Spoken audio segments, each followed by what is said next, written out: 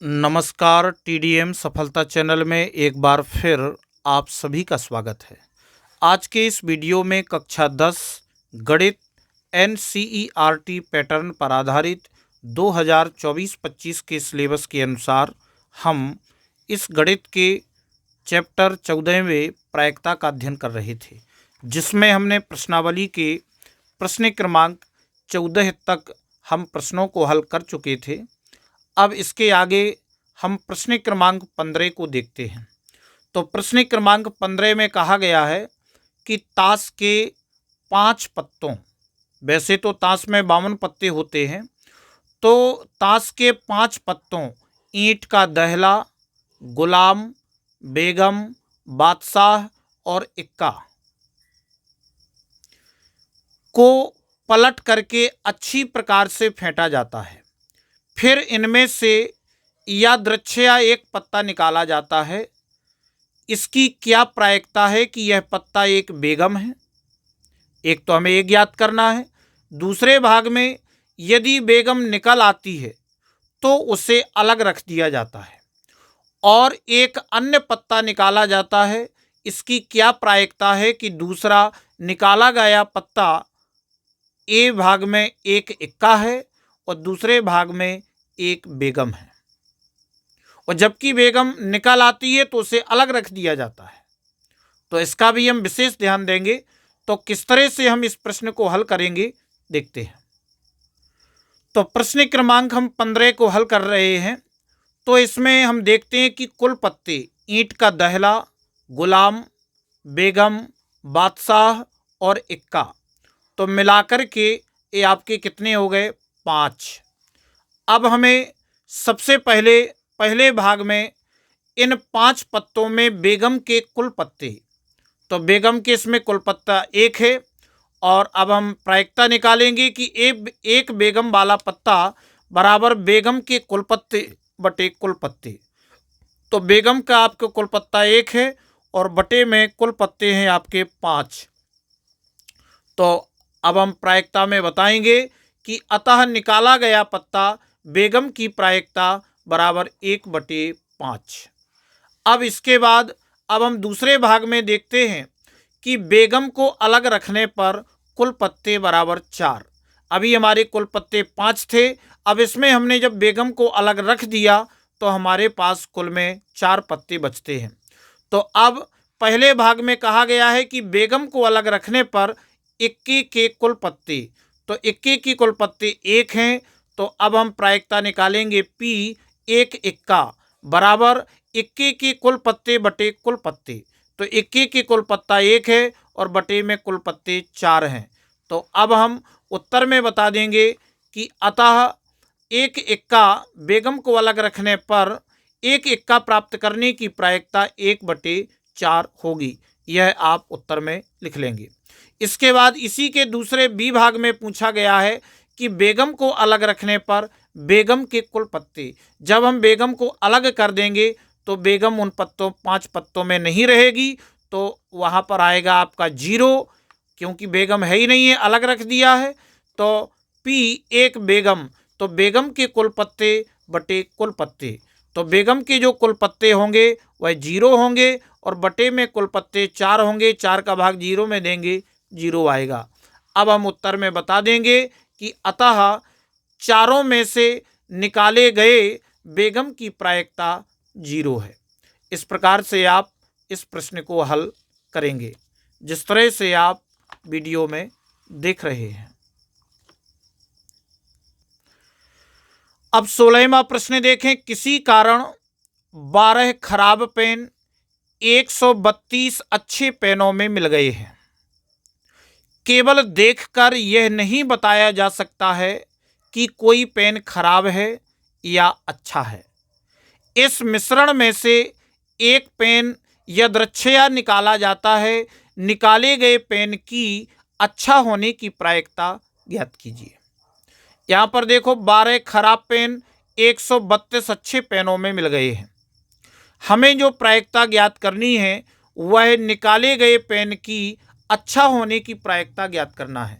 तो हम किस तरह से ज्ञात करेंगे, देखते हैं। तो 16वें प्रश्न के हल में आप देखेंगे कि कुल पेन यानी 12 खराब पेन प्लस 132 अच्छे पेन, तो मिलाकर के टोटल कितने हो गए 144।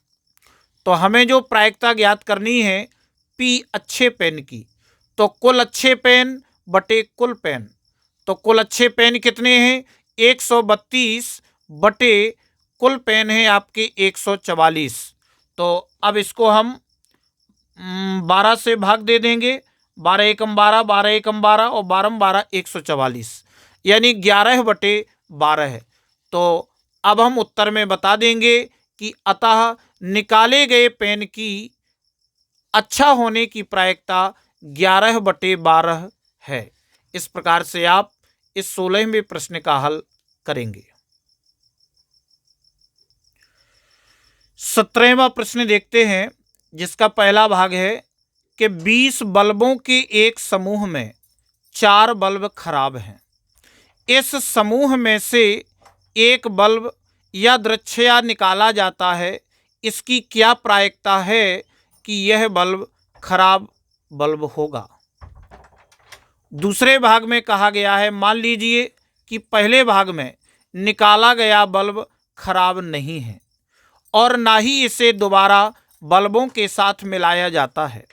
अब शेष बल्बों में से एक बल्ब यादृच्छया निकाला जाता है। इसकी क्या प्रायिकता है कि यह बल्ब खराब नहीं होगा।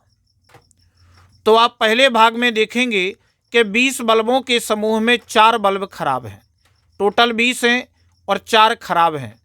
तो सही कितने हैं 16 सही हैं और उसमें से एक बल्ब निकाला जाता है। इसकी क्या प्रायिकता है कि यह बल्ब खराब होगा। तो देखते हैं। तो 17वें प्रश्न के हल में हम देखेंगे, पहले भाग में कुल बल्ब बराबर खराब बल्ब 4 हैं और अच्छे बल्ब 16 हैं। तो 16 4 20, तो कुल बल्ब कितने हो गए 20। अब हम देखते हैं कि P खराब बल्ब है। खराब बल्ब की हमें प्रायिकता निकालनी है, तो कुल खराब बल्ब बटे कुल बल्ब, तो कुल खराब बल्ब कितने हैं 4 बटे कुल बल्ब हैं 20। तो 4 एकम 4 और 4 पंचे 20, अर्थात 1 बटे 5। अतः अब हम बता देंगे कि अतः बल्ब खराब होने की प्रायिकता 1 बटे 5 है। अब आगे इसके दूसरे भाग में जो कहा गया है कि यदि निकाला गया बल्ब खराब नहीं है और ना ही इसे दोबारा बल्बों के साथ मिलाया जाता है, तो खराब बल्ब कितने हुए 4 और अच्छे बल्ब यानी खराब नहीं है अच्छे बल्ब हैं तो कितने होंगे 15। चूंकि उसे तो निकाल ही दिया है और ना ही उसे दोबारा बल्बों में मिलाया गया है, जबकि अच्छे बल्ब कितने थे 16 थे। तो इसमें से जब निकाल दिया गया है, जो वो खराब भी नहीं था, इसका मतलब अच्छा बल्ब था।